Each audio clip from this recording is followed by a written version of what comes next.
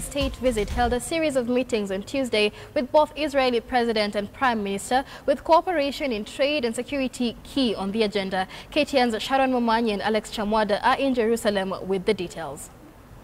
I am at the Mount of Olives in Jerusalem, a place at which we get a spectacular view of this historic city, a city which is the political capital of Israel. And today more history is being made as Kenyan officials hold talks with Israeli officials on various areas of cooperation. Part of the Kenyan envoy consists of cabinet secretaries of water and irrigation, of foreign affairs, of health, as well as interior security. Now I am here with my colleague Alex Chamwada, who now gives us details of the events that took place today.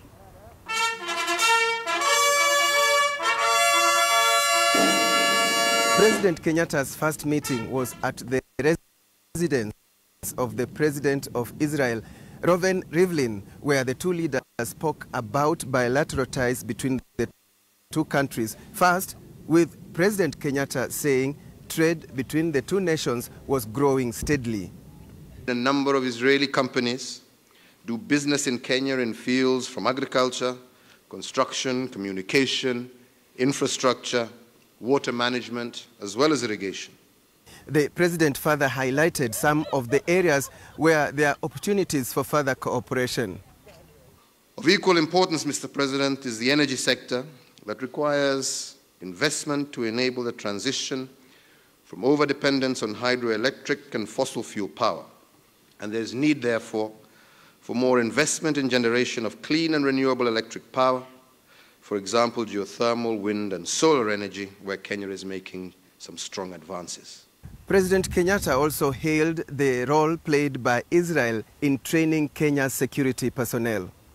It is therefore my wish that the cooperation on security matters and sharing of intelligence between our two states is heightened to meet the new and increased threats. On the war against terrorism, as you mentioned, Mr. President, unfortunately, Kenya has not been spared and has suffered a number of attacks from the Al-Qaeda-linked Al-Shabaab terrorist group based in Somalia. This group has caused death and destruction on innocent Kenyans. And I trust we can continue to rely on your support and cooperation, as well as benefit from your long expertise in this area. The war on terrorism being international, we all need to join hands together in order to defeat it. On his part, President Reuven Rivlin said Israel recognizes Kenya's role in enhancing peace and security, especially in Africa.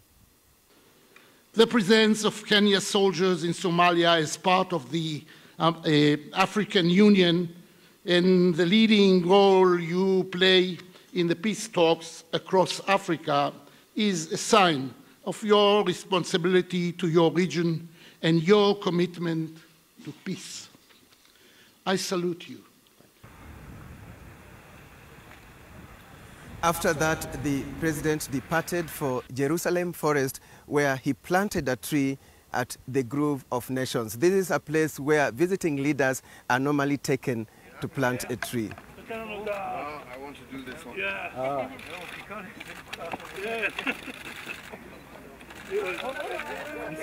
President Kenyatta's next stop was the office of the Prime Minister Benjamin Netanyahu, where the two leaders held bilateral talks.